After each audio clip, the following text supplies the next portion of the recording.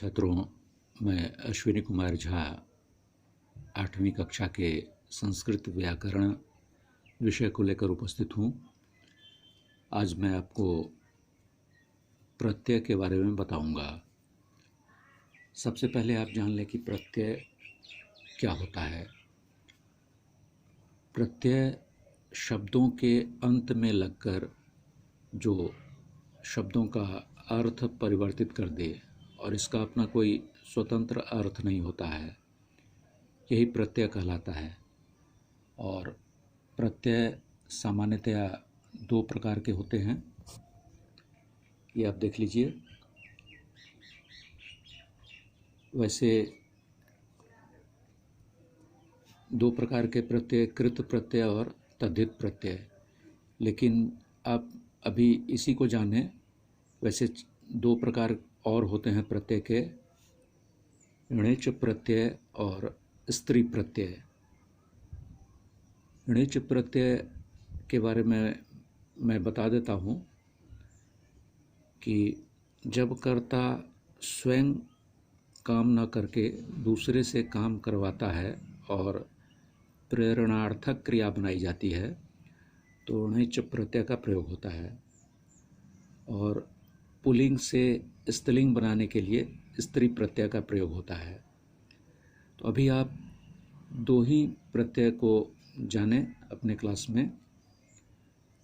पहला है कृत प्रत्यय। तो कृत प्रत्यय वो होता है जो धातु या क्रिया के बाद लगता है और उसके अर्थ को परिवर्तित करता है। ये आप देख लें। कृत प्रत्यय धातु या क्रिया के अंत में लगने वाले प्रत्यय कृत प्रत्यय कहलाते हैं। और कृत प्रत्यय से निष्पन्न शब्द जो हैं वो कृदंत कहलाते हैं। कृत प्लस अंत, यानी धातु के अंत में कृत प्रत्यय यदि लगा हो तो उसे कृदंत कहते हैं। उसे बने हुए शब्द कृदंत कहलाते हैं। और दूसरा है तद्धित प्रत्यय। ये प्रत्यय संज्ञा, सर्वनाम तथा विशेषण के साथ प्रयुक्त होते हैं और ये तद्धित प्रत्यय कहलाते हैं। और संज्ञा, सर्वनाम या विशेषण के साथ प्रयुक्त होने वाले प्रत्यय जो हैं और इसके अंत में लगते हैं और इससे निष्पन्न शब्द जो हैं वो तद्धितांत कहलाते हैं। तद्धितांत का मतलब हुआ तद्धित प्लस अंत, यानी अंत में तद्धित प्रत्यय लगा होता है और प्रत्यय शब्दों के अंत में ही लगता है और उपसर्ग शब्दों के आरंभ में लगता है। ये आप जानते हैं। तो शब्द के आरंभ में लगने वाले शब्द जो शब्द होते हैं जिनका वो उपसर्ग कहलाते हैं और अंत में लगने वाले जो शब्द होते हैं वो प्रत्यय कहलाते हैं। और उनका प्रत्यय का अपना कोई विशेष अर्थ नहीं होता है, केवल शब्दों में लगकर उसके अर्थ को परिवर्तित कर देते हैं। अब हम आपको कृत प्रत्यय के कुछ प्रत्यय आपको बता देते हैं जो आपके लिए आवश्यक है। तो पहला है अक्त्वा प्रत्यय। जिन क्रियाओं में करके लगा रहता है, जिन क्रियाओं में करके लगा रहता है उसमें अक्त्वा प्रत्यय का प्रयोग होता है। इसमें इस प्रत्यय में केवल त्वा शेष रहता है। अक्त्वा प्रत्यय में केवल त्वा शेष रहता है। अब इसके उदाहरण से आप समझ सकते हैं। ये प्रत्यय लगने के बाद, धातु में प्रत्यय लगने के बाद इससे बने हुए शब्द किस तरह बन जाते हैं। जैसे भू एक धातु है। भू का मतलब है होना। होने के लिए भू धातु का प्रयोग होता है।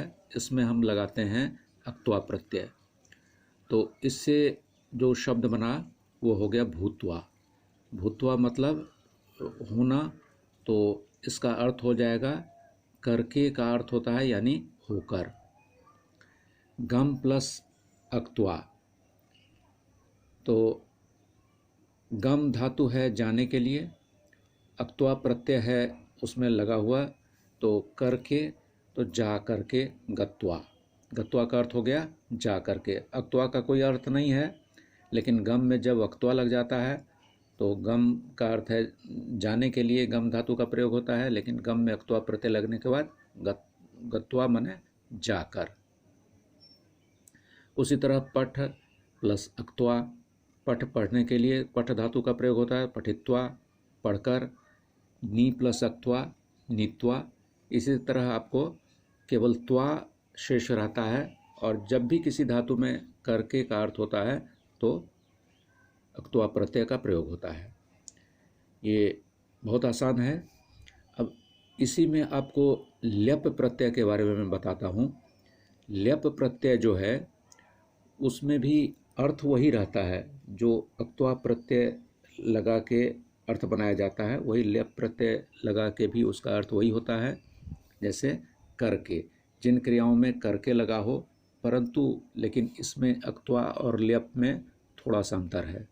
अंतर ये है कि जब धातु में उपसर्ग भी लगा हो तो धातु में अक्त्वा प्रत्यय नहीं लगा के हम ल्यप प्रत्यय लगाते हैं। जैसे धातु जिन क्रियाओं में, ये आप देख लें, जिन क्रियाओं में करके लगा हो परंतु धातु में पहले उपसर्ग हो, वहाँ अक्त्वा प्रत्यय के स्थान पर ल्यप प्रत्यय का प्रयोग होता है, और ल्यप का यो शेष बचता है।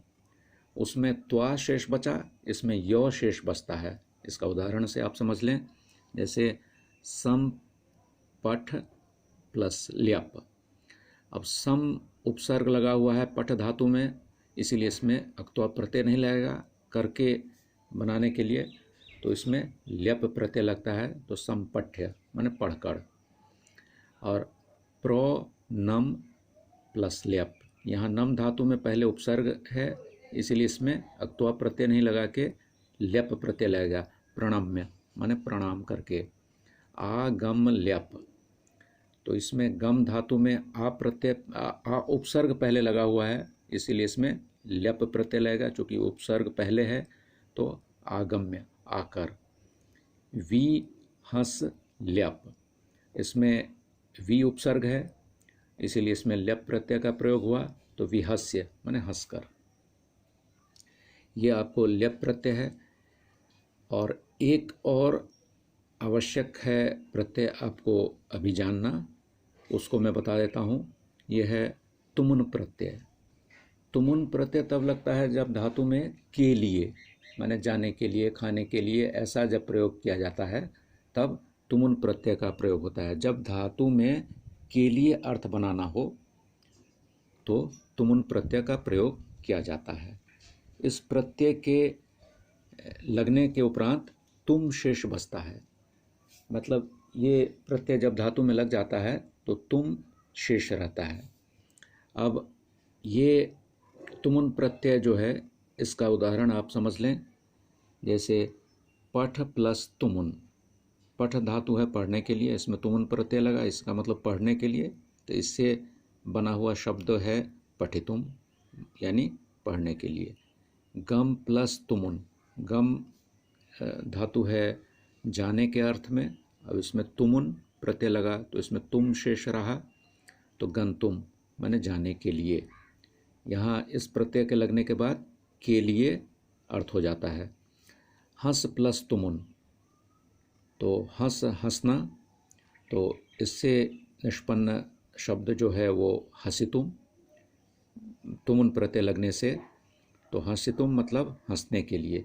चल प्लस तुमुन, तो चल है चलने के लिए धातु, इसमें तुमुन प्रत्यय लगेगा तो के लिए अर्थ हो जाएगा यानी चलने के लिए, चलितुम। इन तीन प्रत्ययों को जानना आपके लिए आवश्यक था अभी, और इसी के साथ प्रत्यय का ये अध्याय अभी संपन्न होता है। धन्यवाद।